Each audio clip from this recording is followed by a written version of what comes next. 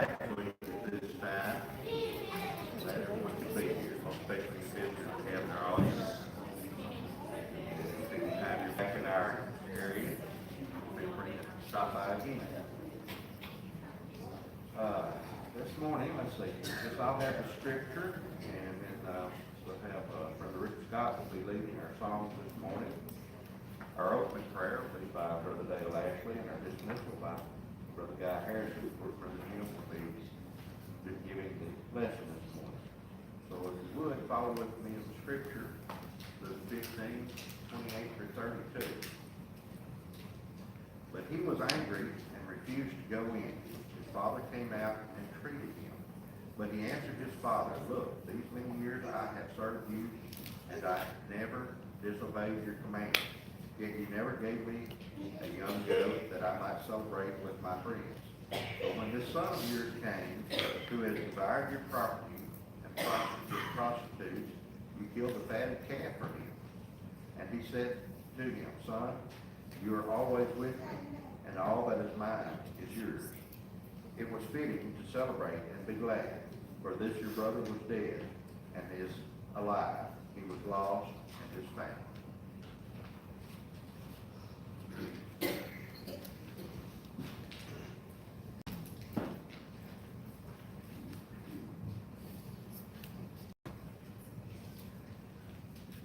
Good morning, everybody. Good morning. Let's all be standing as we sing, and remain standing for the prayer to follow. We're going to be singing a song that in one of our prior songbooks, "All the Way My Savior Leads Me." I think most everyone knows that song. Let's all sing it out, and then we'll be led in prayer following this song. All the way my Savior leads me, what have I to ask beside? Can I doubt his tender mercy, who through life has been my guide? Heavenly peace, divinest comfort, in our faith in him to dwell. For I know my every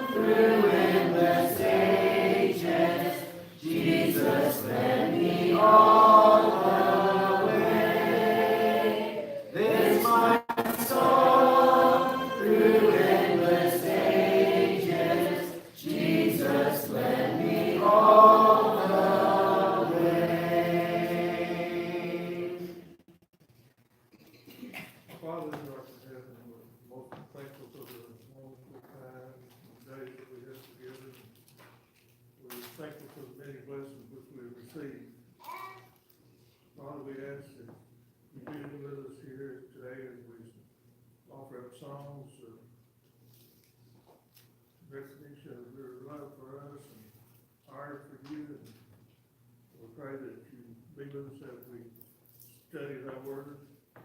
We also pray, Lord, that you be with us as we commune with you and give thanks. Father, we ask that you be with those that aren't able to be here today, that are sick. Be with those that have lost ones, loved ones. We ask that you watch over us all. In Jesus' name I pray, amen. Amen. Please be seated.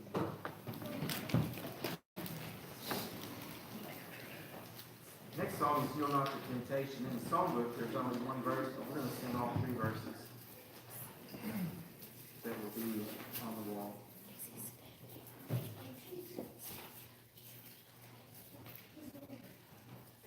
Yield not to temptation, for in sin each victory will help you some others to win.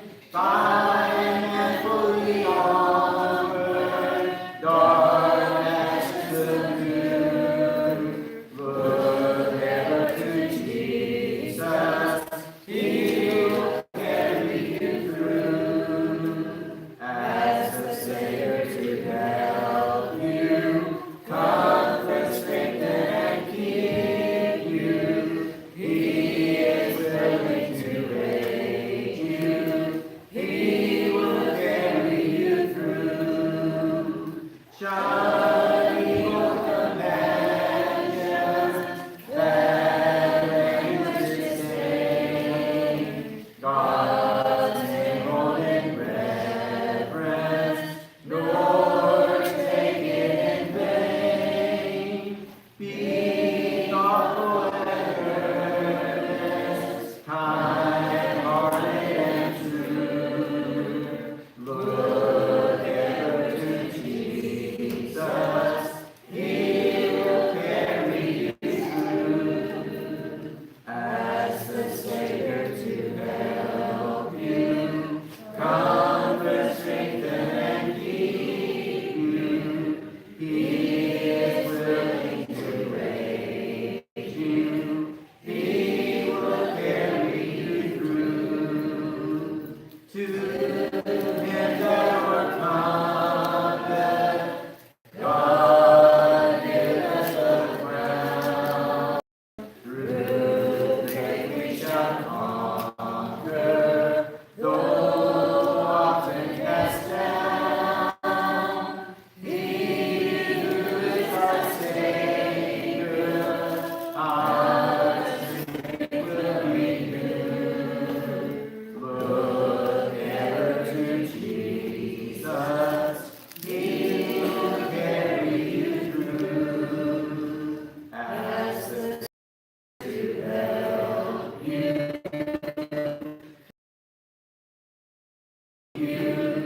He is willing to aid you. He'll carry you through. Our invitation song, God is Calling the Prodigal, which is not in our songbooks, but it will be on the wall when that appropriate time comes. Song before the lesson is number 988. That is in the songbook if you'd like to follow along there. I'll be listening. Another song we haven't sung very often. It's an old song. I'll try to get this one a little bit pitched a little bit higher. It's a little bit low this morning.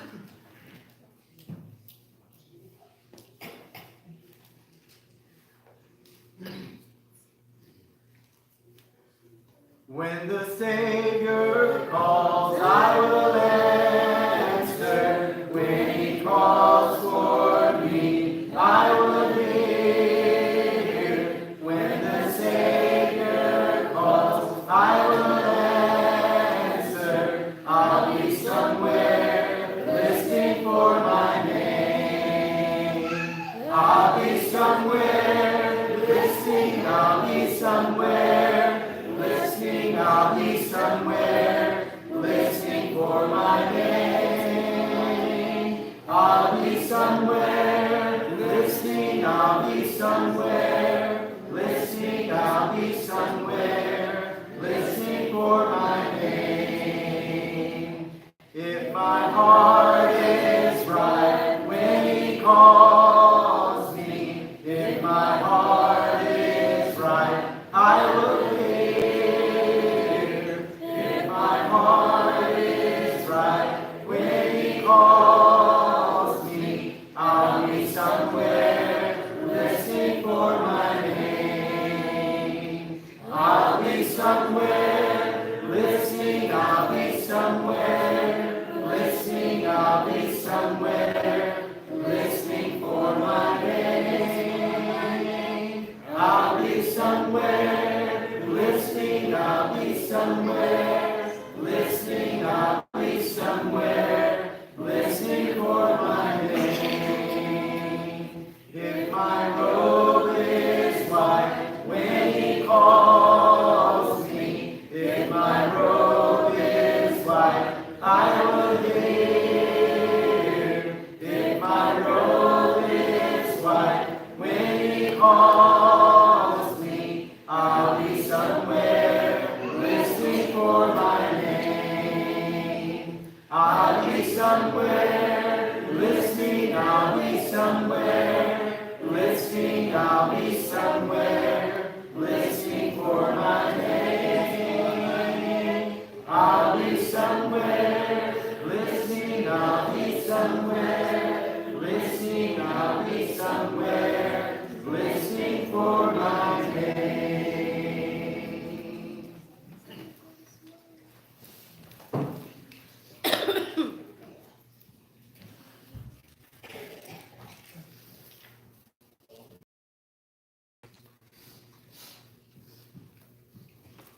Good morning. Good morning.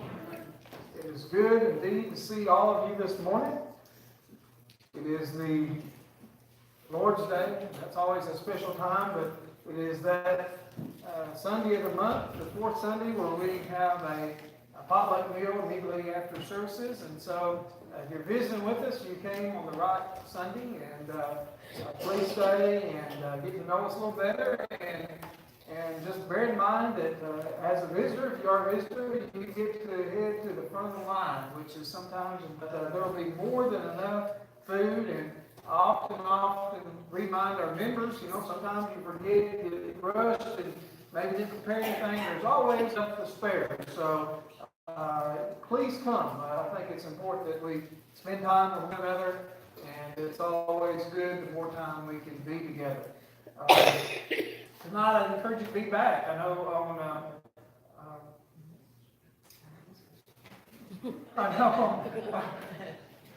did it get dimmer or something? But it is. It's tonight we will have our song service, and as a result, please come for that. And I know we've been having a rather good success with a lot of our young kids singing, and so please do that. And as many of the young kids want to sing, we'll let them, and we let them usually go first, and so that is a great experience for them to learn. Something I mentioned, interesting, Lottie, didn't know you were doing a light show today, did you? But anyway, something I mentioned Wednesday night that I'm going to start doing. In fact, my goal is to have one ready February the 3rd, which is a week from Monday, a weekly vlog. And if you don't know what it is, it has things like, I know there's been a lot of news about abortion lately, and things like, transgender, homosexuality, marriage, and all kinds of things, politics, death penalty, all kinds of things that we're going to discuss in these weekly vlogs, and be looking at the words of Jesus. Not going to be looking at words of opinion, words of society, anything like that. Mainly just looking at what the Bible says about these issues in a plain way. So be looking for that where you can see it. How many of y'all like to celebrate? Something good. Maybe, recently I know we had a football team that won the state championship. We had, all kinds of celebrations. It's been that time of year, not too long ago. We had, time when families get together, and sometimes we celebrate. Had a birthday recently, and there's a celebration. And when there's fireworks and other things, it's hard not to be happy and go along with that and just be excited for one another. Maybe there's some music playing. Maybe there's a party atmosphere. And you know, it's a good time. Have you ever been that one person that's maybe not in a good mood, maybe not feeling good, maybe not happy about life at that moment? How do you feel when everybody's celebrating during that time? Now, don't get me wrong, there are times, and we need to understand, it says in Romans 12:15, rejoice with those who rejoice, and weep with those who weep. So there are times in our life when we're not going to feel like rejoicing. There's times in our life when maybe the death of a loved one, maybe there's major illness, maybe there's financial ruin, whatever it may be. There's times that maybe we're in that weeping mode. But as a Christian, I should dare say we should mostly be happy. We should be content with life. We should rejoice for so many things. And the things we look at in Luke 15, dealing with the lost. Our theme this year is leaving the 99 behind to seek the one. And that's what we're going to be doing a lot of. Doesn't mean we're not going to be looking at evangelism, not going to be looking at benevolence, not going to be looking at other things that a church should do and must do. That we need to understand that these are the things that we see that heaven itself rejoices when the lost are found. And it is cause for celebration. And we need to understand that these are not times that we should be cynical, not times that we should be, not happy because of maybe something that took place in the past. We should be glad when something that's lost has been found. Our lesson title today, All That Is Mine Is Yours. And oh, what that implies. But in our lesson today, we're going to look at anger and jealousy, always with me. And then we're going to look at some lessons learned as we've looked at this Luke 15, and we're concluding today at all the lost and found things. Anger and jealousy. You know, it's never good to be around someone that's angry and jealous, is it? Those are things that it's just not good to be around someone. Even if maybe they have righteous anger, sometimes it's not comfortable to be around them. Or jealousy is never a good trait to have, I don't think, in the sense that there is no rhyme or reason for it. In our lesson text, as we get into it, Luke 15, the entirety of the text, 25 and over to 30, and even past, it says, Now his older son was in the field, and as he came, he drew near to the house.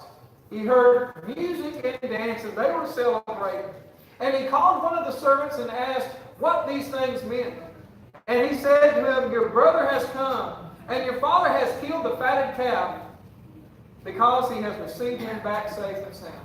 But he was angry and refused to go in. His father came out and entreated him, but he answered his father, Look, these many years I have served you, and I have never disobeyed your command, yet you never gave me a young goat, that I might celebrate with my friends.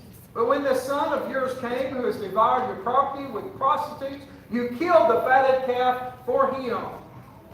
And we see there's both a mix of this in the elder son. The other son felt anger for what his brother had done. The younger brother, the older brother, was actually jealous over what the younger brother was receiving. Why did he have anger? Well, he had anger for what he felt was undeserved affection. Luke 15:30, but when this son of yours, notice it wasn't his brother, this son of yours came who devoured your property with prostitutes, you killed the fattened calf for him. He didn't deserve it, Dad.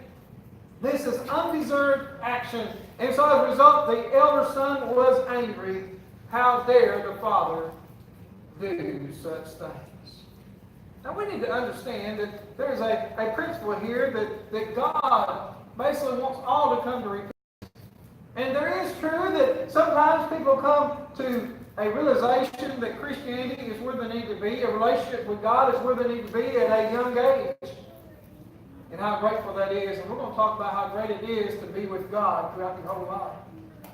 But there are some that maybe that waste their, live all kinds of riotously and do things that just they shouldn't do, but yet they turn time.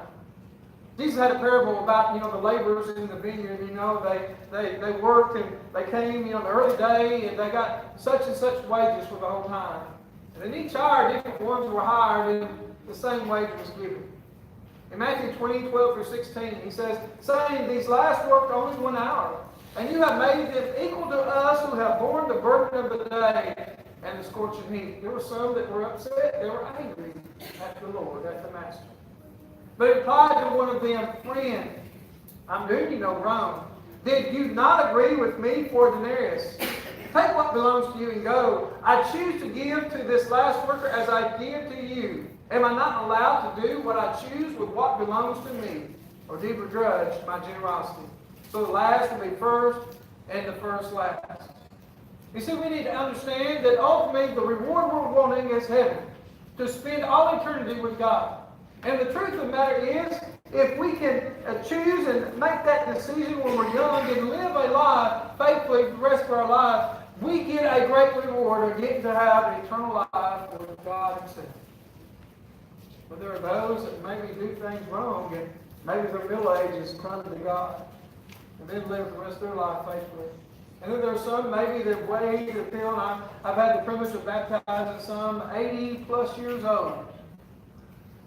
And it's usually an ordeal with someone that age. Maybe you have to have 3 or 4 in there to do that. But how exciting it is, because even though they waited so long, they still were breathing, they still had opportunity. God still wanted them to come to repentance. They had their sins washed away. They too get that reward if you don't. Why would we begrudge God for His generosity? And so His anger was undeserved. We also see that He had jealousy, where He felt like it should be me. You're making all this fuss about the younger son that had done all these wicked things, and it should be about me. In Luke 15:29, but He answered His father, look, these many years I have served you. I never disobeyed your command, yet you never gave me a young goat that I might celebrate with my friends.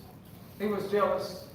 Some of you that have been here on our Wednesday nights in our Bible class, we've been talking about right now Saul and David, and how Saul is in the process now. As we get into 1 Samuel 18 and past, where he wants to kill David and actually tries to do so.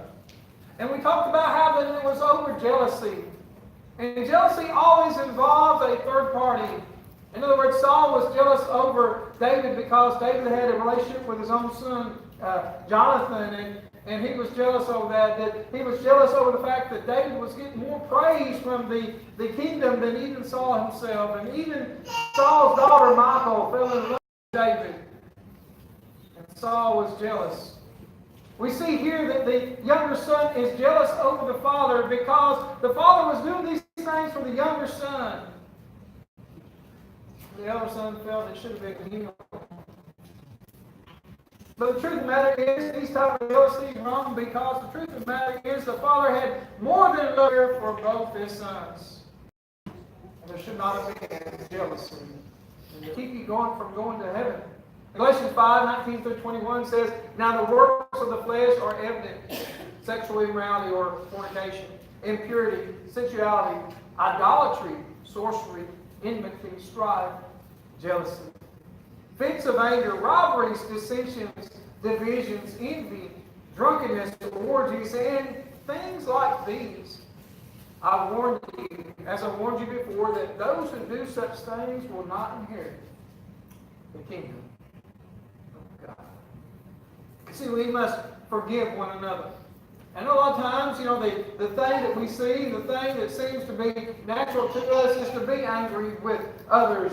It's to be jealous of others who may be getting attention that we crave ourselves. But the truth of the matter is, as a Christian, what should separate us and what should set us apart from the world is that we forgive one another. In Luke 17:3-4, there Jesus says, pay attention to yourselves. If your brother sins, rebuke him. And if he repents, forgive him. And if he sins against you 7 times in the day and turns to you 7 times, you must forgive him. That is a trait of being a Christian, because we too sin from time to time, and we need the Father to forgive us from time to time. How dare we expect the Father to forgive us if we're not willing to forgive others as well? What's interesting is the fact that this elder son felt personally outraged by this younger son, and yet it was the father. It was the father who had been grieved. It was the father who had been wrong. You see, the elder son was always with me, always with the Father. What a blessing that is. And Luke 15:31 says, and he said to him, Son, you are always with your dad. I can no longer experience that. My dad passed away a little over 2 years. I guess now it's going to be 3 years. This doesn't seem right. I loved when I was younger to spend time with my dad. You know, when you're young, your dad is like a superhero. There's nothing your dad can't do. And how great it is to spend time, how great it is as a father now to spend time with your children. We even have those that we like to spend time with that they're not our actual biological children. We love to attend our kids' functions, and we love to spend time with people. And what a blessing it is, because people grow up, people age, people move, and so you need to enjoy the time that you have. What a great blessing that this elder son got to spend all this time, that this younger son left and wound up wanting to eat what the pigs ate. He was wallowing around with the hogs. The elder son had to do it. The most important thing is that he was with the Father. We as Christians today, I'll tell you, we need to understand how blessed we are. If we have a relationship with God, a close relationship with God, how blessed we are. If we are in Christ, we have access to the Father at any time now in this Christian age, and how blessed we are. If we are part of a church family as we are here, we have the comfort of one another. We have the help, encouragement, the hugs, the affection, the whatever we need is there. And God the Father listens to our prayers. This elder son didn't realize how blessed indeed he was. The elder son never left the presence of the Father. He was the one. He was the one that was rich in this. He was the one that had beyond the blessings of the young son. The Father gave the eldest son all that he had. This is a true statement here. Indeed it was. You see, in the Jewish way of life, and it had been that way for a long time, the tradition even predates the law of Moses, but the law of Moses even refers to it. In Deuteronomy 21:17, but he acknowledged the firstborn, the son of the unloved, by giving him a double portion of all that he has, for he is of the first fruits of his strength. The right of the firstborn is his. And this right of the firstborn had been, like I say, even predated the law of Moses, and the eldest son would typically receive a double portion. Bear in mind that back in these times, they didn't have things like nursing homes or assisted living facilities or home health care nurses that can take care of your parents. Back in this day, basically, a family member needed to, and typically it was the eldest son that would do this, the firstborn. And the firstborn would receive a double portion. And with that extra portion, it was required, or it was expected that he would take that extra portion and take care of his parents as long as they were alive. The father had given the younger son his portion. This elder son had all that was left. There was no more that would be coming to the younger son. It all was now the elder son. Everything that the father had was his. God has a great blessing, a great reward for us. His blessings are for us. He has prepared a place that we may live for all eternity. Nothing greater than being with the Father. Hebrews 13:5-6 says, keep your life free from the love of money, and be content with what you have. For he has said, I will never leave you nor forsake you. So we can confidently say, the Lord is my helper. I will not fear what man can do to me. When we are with the Father, when we are in his presence, when we are always with the Father, then we can know that nothing can separate us from that love. We know the Lord is our helper, that God will never forsake us. Those who go around and wallow in the mud with the hogs, I want you to, they can't say that. We indeed are blessed. We should be excited. We should long for the day that they'll get out of that mud, that muck in the mire, and they'll come back. So they too can enjoy being in the presence with the Father. What are some lessons learned? What can we glean from this? And all these things we've talked about, be lost and found. Recall at the very beginning of Luke 15, he talked about the one that would lead the sheep. Luke 15:4 says, What man of you having 100 sheep, if he has lost one sheep, does not leave the 99 in the open country and go after the one that is lost until he finds it? And all the men are like, yeah, that's right. Said, I would do that. I would leave the 99 and I would go after the sheep. Bear in mind again, as we pointed out, back in those days, they didn't have features, so sheep would just been out there in the, in the countryside or whatever, and they would have left. And every man there said, yeah, that's what I would do. And then when they find it, they tell all the friends and neighbors and everyone else, and they have a big celebration. Where he's excited. In verse 7, Luke 15 says, Just so I tell you, there will be more joy in heaven over one sinner who repents than over 99 righteous persons. How exciting the shepherds would be to find that lost sheep.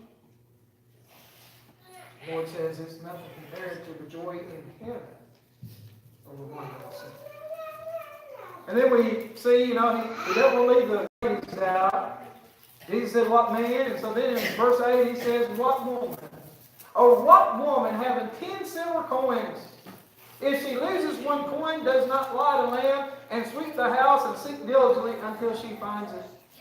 I know, ladies, you have your purses and you have your everything in order. I know my mom for years. She has, I know Dave Ramsey, he came up with this technique where you put money in envelopes and stuff. She did that decades ago. She'd have a number of envelopes. Even when we'd go anywhere, in her purse she'd have 3 or 4 different envelopes, and we'd be at the grocery store paying for groceries, or we'd be at the electric company paying for a light bill, or wherever it may be, and it would come time, they'd say how much, and she'd have this envelope, she'd look for it, and she'd say no, and she'd look, and then she'd find the money, and said, well, that envelope, I tell her, that envelope had money in it, and she said, no, that's my money. I said, this is Daddy's money here that I use for this. And so, her money she would spend for things like that.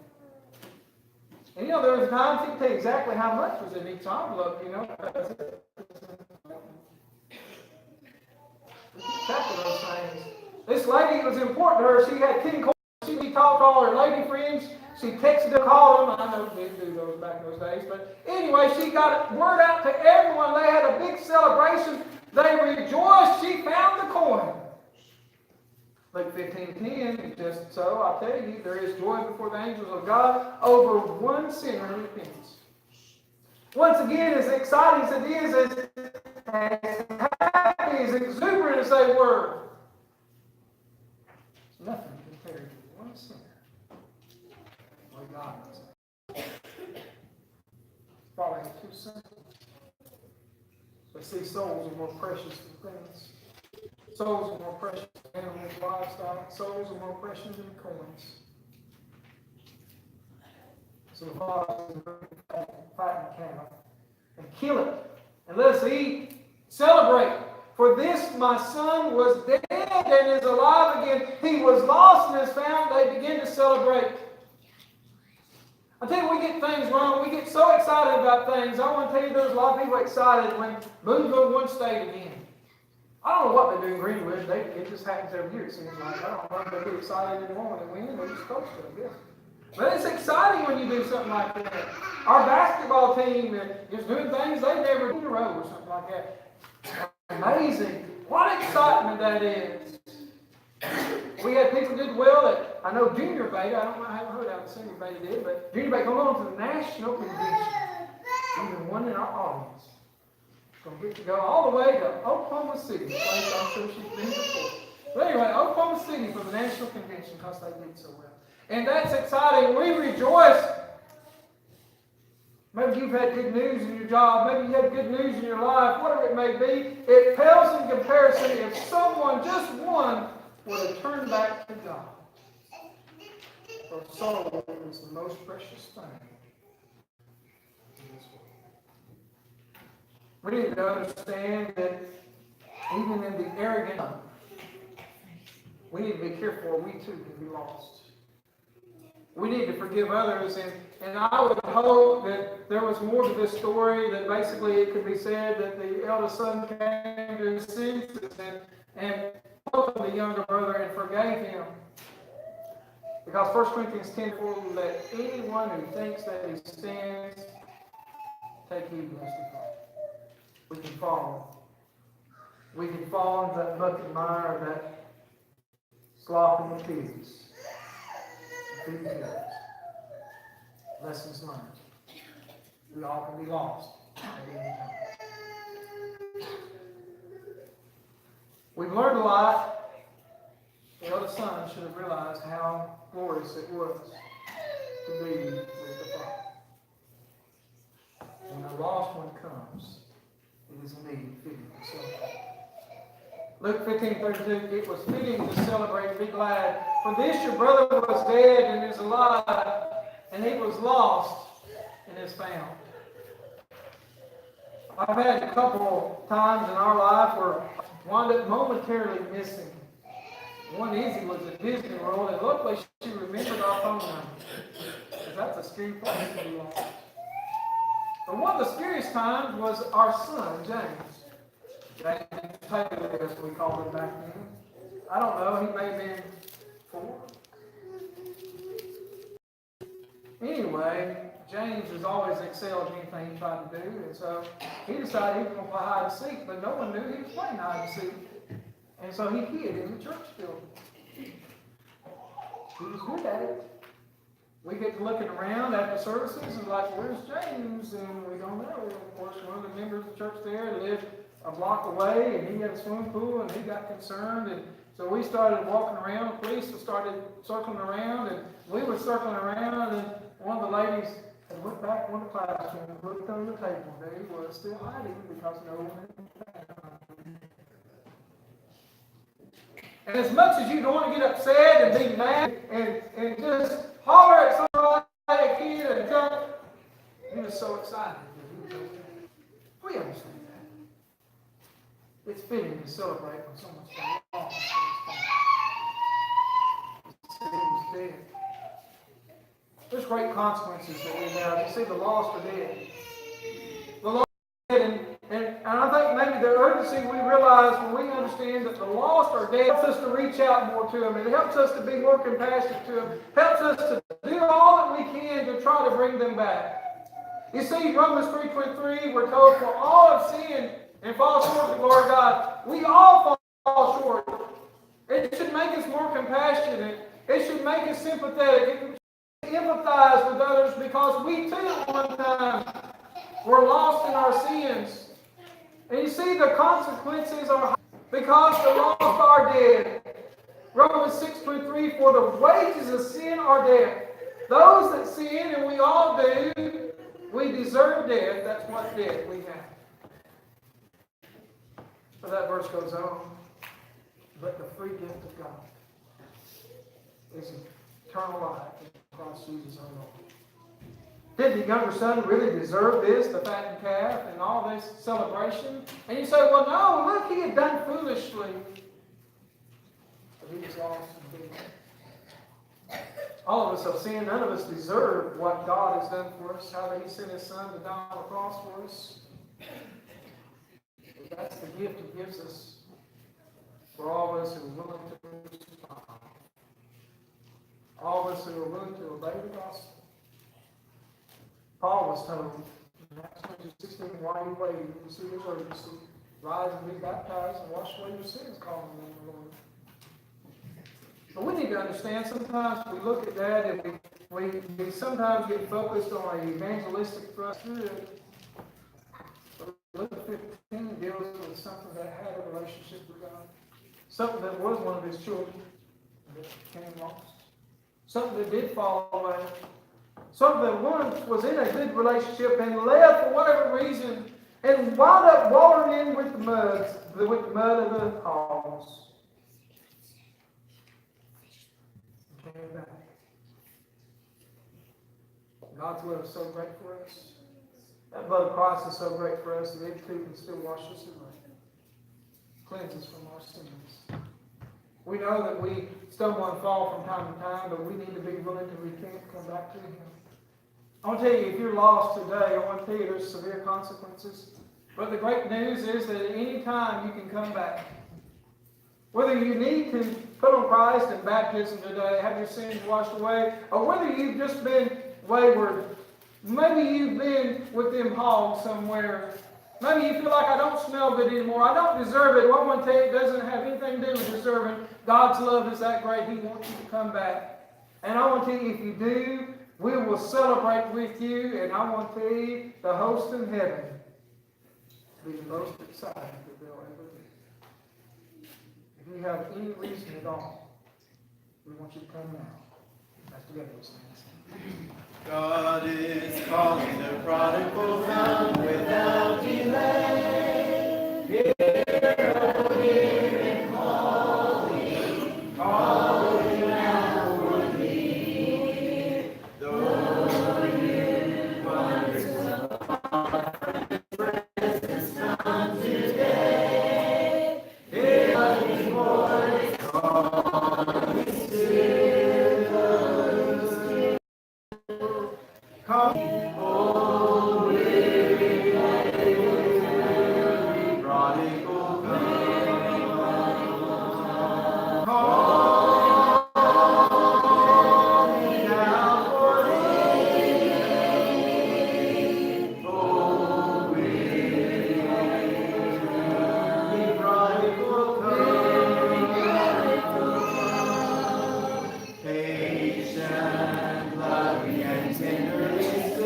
The Father please, hear, oh, hear him calling, calling out for thee. Oh, please, turn on the Spirit in mercy intercedes.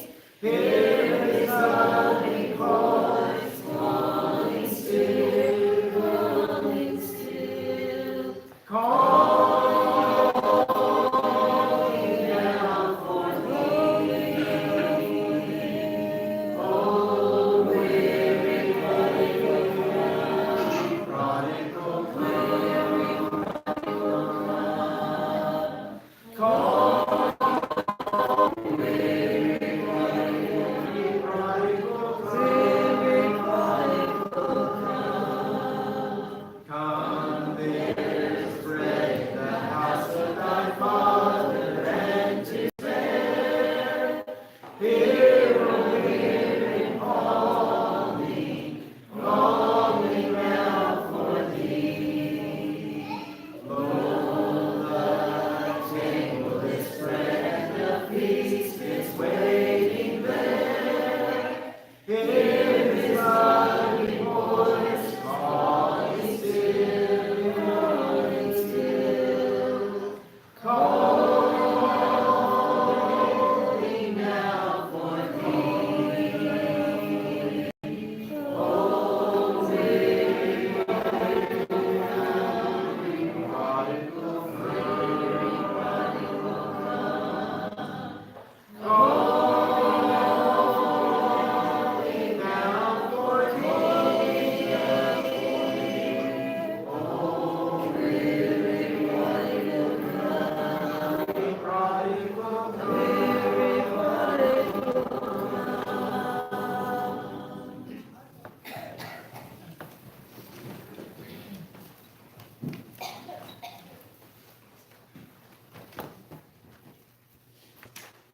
Today's a special day. It is the Lord's Day. And you know, many, if you were to ask in the world outside of the church what Sunday means, many of them will recognize, understand, admit that today is a special day and it is set aside for our Father, that it is a religious and holy day. And if you ask the religious world about the first day of the week, we'll also recognize that it is a special day set aside for our Lord. Many in the religious world will meet today, sing songs, hear preaching of God's Word. They'll They'll take up an offering. But there are many in the religious world who will fail to remember Christ in the way that he wanted us to remember him. The Bible tells us that on the first day of the week, the apostles commanded for this reason to partake of the Lord's Supper and to remember Christ and his sacrifice. And in doing this, we are proclaiming his death until he returns. Many will fail to do this morning. It's an important thing for us to do. It's a happy day that we have the opportunity to meet together, to remember Christ and his sacrifice through the bread, which represents his body, through this cup, which contains the fruit of the vine, represents the blood that was shed on our behalf. So this morning, be thankful. Be grateful. On the cross he lifted up, because he loved me so. He loved me so. He loved me so. He gave his precious life for me, because he loved me so. Till Jesus comes, I'll sing his praise, and then to glory go, and reign with him through endless days, because he loved me so. He loved me so. He loved me so. He gave his precious life for me, because he loved me so.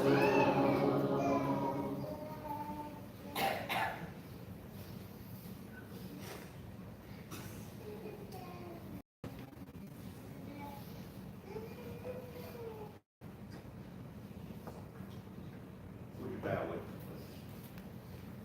Most gracious Lord in heaven, thank you so much for this day we have, this hour that we